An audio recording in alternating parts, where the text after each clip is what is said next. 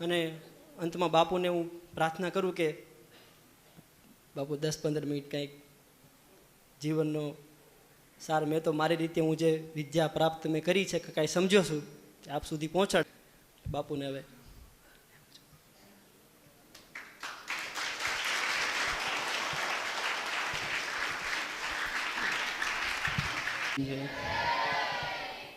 સનાતન ધર્મની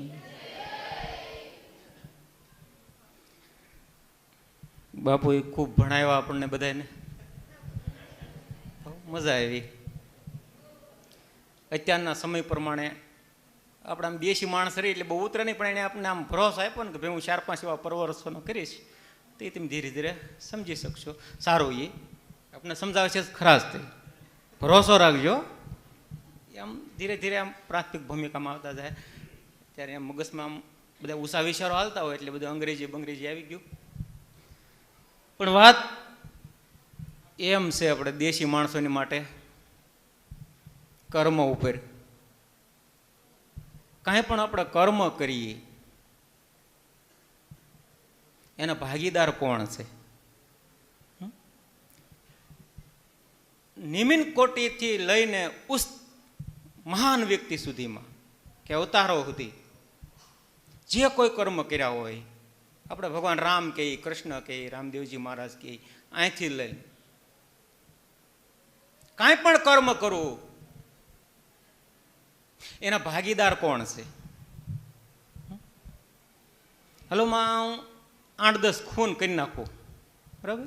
હવે એના ધારાસભ્ય મારા ઓળખીતા હોય અને નરેન્દ્ર સાહેબ સુધી મારી ઓળખાણ હોય તો ભાઈ જાવ દો ને, બાપુએ કાંઈ એવું કાંઈ કર્યું જ નથી ને જાવ દો, હાલો પતી ગયું, હે પતી ગયું એમ. પણ હવે મેં જે 4-5 હત્યાઓ કરી છે, મર્ડર કરી નાખ્યા છે, એ આમાંથી નીકળી ગયું? મને ધારાસભ્ય કે મોદી સાહેબે છોડાવી દીધો, આપણે આમ સમજાય એવી વાત કરું છું, મને છોડાવી દીધો, હાલો હું છૂટી ગયો, છતાં હાલો ન છૂટ્યો કે હવે પછી આજીવન પડી ગઈ જેલ. પણ એ થર કે આઈનો ને આઈની સપાટી ઉપરનો અંદર જે કર્મ કરી નાખ્યું છે એ કોણ ભોગવી દે? છૂટી જાવ તોય તમારી પાસે હરોળમાં આવી જાવ, પાછો આનંદ મોજ જે કરવું એ કાંઈ, પણ અંદર ડખ દેખ નહીં. કર્મ ડખ દેશે અંદર. કર્મ એમ કહેવાય કોઈને છોડતું નથી. બીજા અવતારમાં કૃષ્ણને જો રામને ન છોડતું હોય, રામના પિતાને ન છોડતું હોય, દશરથ નકર કોઈ આમ ઈરાદો નહોતો ને કે શ્રવણને મારી નાખો એમ. લક્ષવીથી બાણ માર્યું એને, શ્રવણનું મૃત્યુ થયું. પણ મતલબમાં મારવું તો હતું ને કાંઈક એને. જીવ હિંસા તો થઈ ને. આ બહારની હિંસાઓની વાત છે, હવે અંદરની હિંસાઓની વાત પડપડાવી. આપણા સુખ હાટુથી આપણે એમ કહેવાય છે કે ભાઈ વિષય ભોગો એ ક્ષણિક સુખ છે, તો આપણે અટકાવી ન કે આપણે લાંબુ સુખ ગોતી, હાલો ક્ષણિક છે એને બંધ કરી દેવી. આમ હાવ દેશી ભાષા અને ગુજરાતી ભાષા છે, સંસ્કૃત દેવ ભાષા એવું કાંઈ નથી. બાપુએ વાત કરી વિદેશની એવી ભાષા એવું કાંઈ નથી. તો આની અંદર ધીરે ધીરે કરતા જીવ પ્રવેશ કરે છે આ શરીરની અંદર. એ આપણા સુખો હાટુથી આપણે હમણાં દેહ સંબંધની વાતો કરી, એ દેહ હાટુથી સુખ હાટુથી આપણે એને ફરીવાર પરિવર્તનમાં જવા દેવી છે. તો એ કર્મ સુખરામ બાપુએ કીધું નિગમ પ્રમાણે વર્તવો, અહિંસા પાળવો ધર્મ.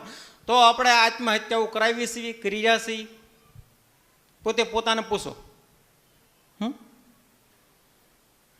આના ઓથે આ દેશને ઓથે નરેન્દ્ર સાહેબને ઓથે આખું ભારત છે, 1 અબજ ને 30 કરોડની વસ્તી છે. આની અંદર કેટલી વસ્તી હોય છે તમે વિચાર કરો કરે.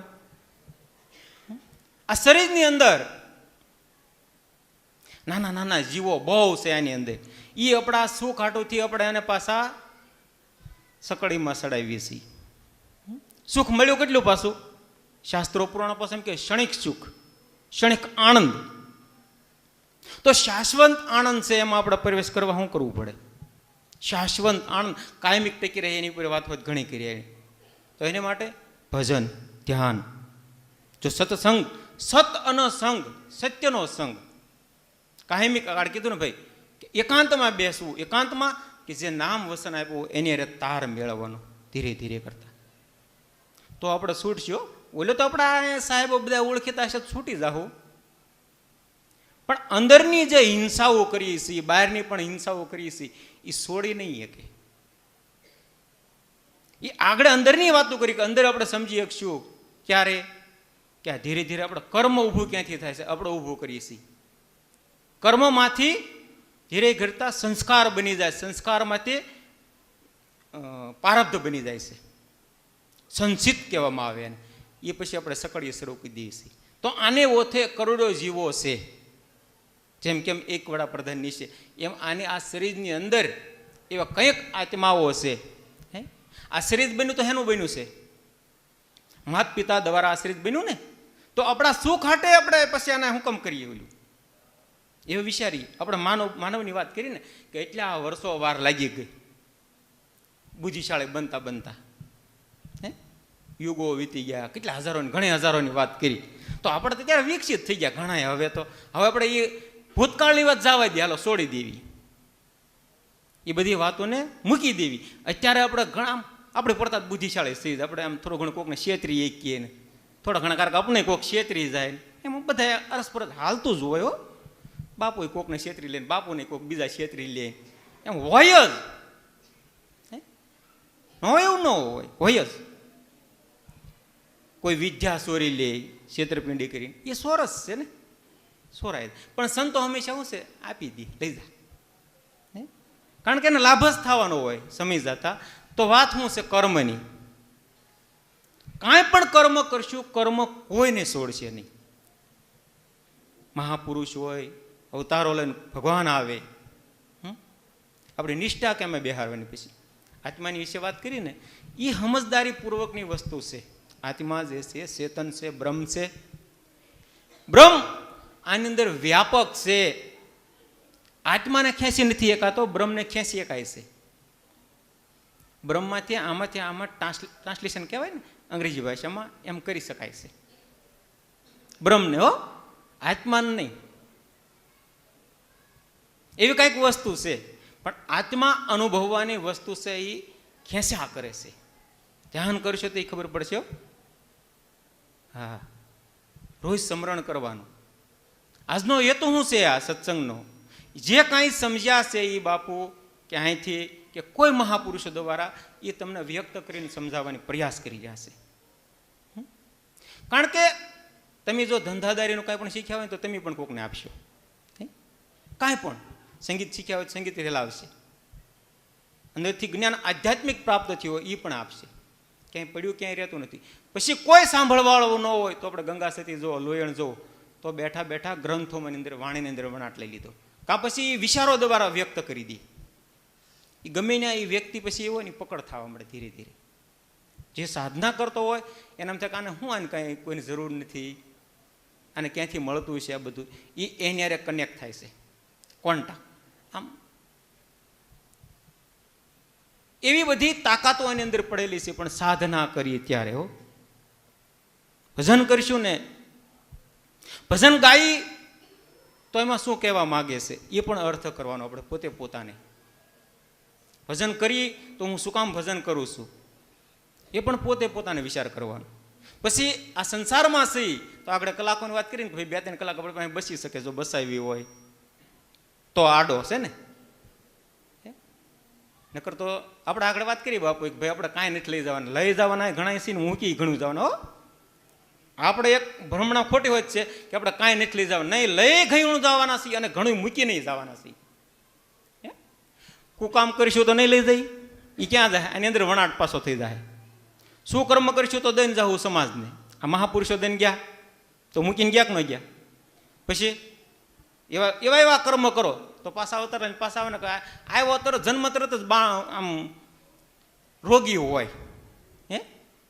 નકર જન્મતા ત્યારે શું કર્મ કરી નાખ્યું? કાંઈ કર્મ કર્યું હજી? હજી જન્મ્યો હતો, 1 દિવસ થયો, 2 દિવસ થયો, કમળી થઈ ગયું હોય, અંદર હોય ત્યાં હોત કમળી થઈ જાય, પેટમાં હોય ત્યાં તો વિચાર કરો કયું કર્મ થયું.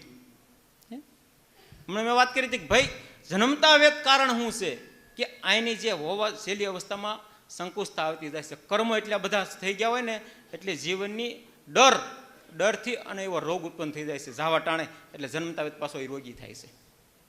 કેને કારણે? આત્મા તાકાત વિકસિત નથી કરી એણે, મનને એટલું બધું મજબૂત નથી બનાવ્યું, એટલે એ નબળો પડતો જાય છે ધીરે ધીરે. છેલ્લી અવસ્થામાં તે નબળો પાછો ગમીને પ્રવેશ કરે, પ્રાણે બળ કરીને આમ પ્રવેશ કરી જાય છે. એ પાછો નબળો થઈને જ આવે છે.